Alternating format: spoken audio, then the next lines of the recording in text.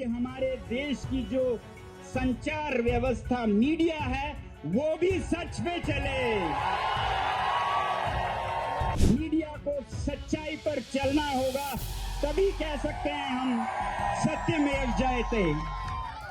मैं प्रधानमंत्री जी से आग्रह करूंगा कि वो मन की बात में प्रेस को, मीडिया को जो वो आजादी देंगे उसके ऊपर भी चर्चा करें। देश की मीडिया साफ सुथरी और सच नहीं होगी तब तक लोगों तक सच्चाई नहीं पहुंचेगी। झूठ फैलेगा और सच्चाई दब के दम घुटने पे मजबूर होगी। गुरुवार को पुणे में हुए कॉकरोच जनता पार्टी के आंदोलन की लगातार चर्चा हो रही है। शिक्षा मंत्री धर्मेंद्र प्रधान के इस्तीफे की मांग से शुरू हुए इस आंदोलन को अब देश के अलग अलग हिस्सों में समर्थन मिलता हुआ नजर आ रहा है। और इसी बीच पुणे में हुए इस आंदोलन में लद्दाख के प्रसिद्ध सामाजिक कार्यकर्ता और पर्यावरणवादी सोनम वांगचुक भी शामिल हुए। और इस आंदोलन में शामिल होने के बाद उन्होंने वहां की जनता को संबोधित किया। अपने इस संबोधन में उन्होंने देश की मीडिया को आड़े हाथ लिया और प्रधानमंत्री नरेंद्र मोदी से यह अपील की है कि वो देश की मीडिया को आजाद करे। आइए आपको इस वीडियो में बताते हैं कि सोनम वांगचुक ने कैसे पीएम मोदी से मीडिया को लेकर और नीट पेपर को लेकर अपील की है। नमस्कार, आप देख रहे हैं लोकमत हिंदी। मेरा नाम है सोनू कनौजिया। इस आंदोलन में संबोधन करते हुए सोनम वांगचुक ने मीडिया की आजादी पर सवाल उठाए। उन्होंने कहा कि एक ताकतवर लोकतंत्र के लिए आजाद मीडिया की जरूरत बहुत होती है। उन्होंने कहा कि पीएम मोदी से मैं अपील करता हूं कि वो अपने मन की बात में मीडिया की आजादी के बारे में बात करें। हम चलें और उसके लिए मैं ये कहूंगा, लोग तो सच्चाई पे चल ही रहे हैं। बहुत जरूरी है कि हमारे देश की जो संचार व्यवस्था मीडिया है वो भी सच पे चले। एक देश की ज़मीर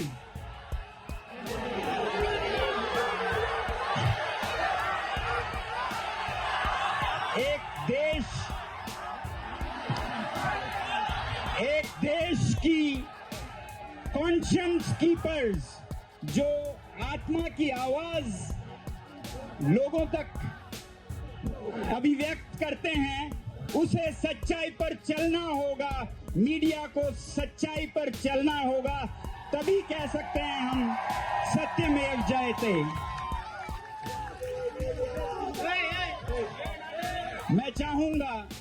मैं चाहूंगा आजकल जब दुनिया में भारत की चर्चा हो रही है कि यहाँ फ्रीडम ऑफ प्रेस नहीं है, 157वें की कहीं नीचे हम गिर गए हैं, तो ऐसे में मैं प्रधानमंत्री जी से आग्रह करूंगा कि वो मन की बात में प्रेस को, मीडिया को जो वो आजादी देंगे उसके ऊपर भी चर्चा करें।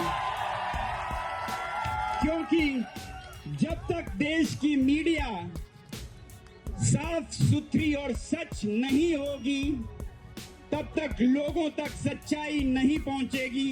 झूठ फैलेगा और सच्चाई दब के दम घुटने पे मजबूर होगी।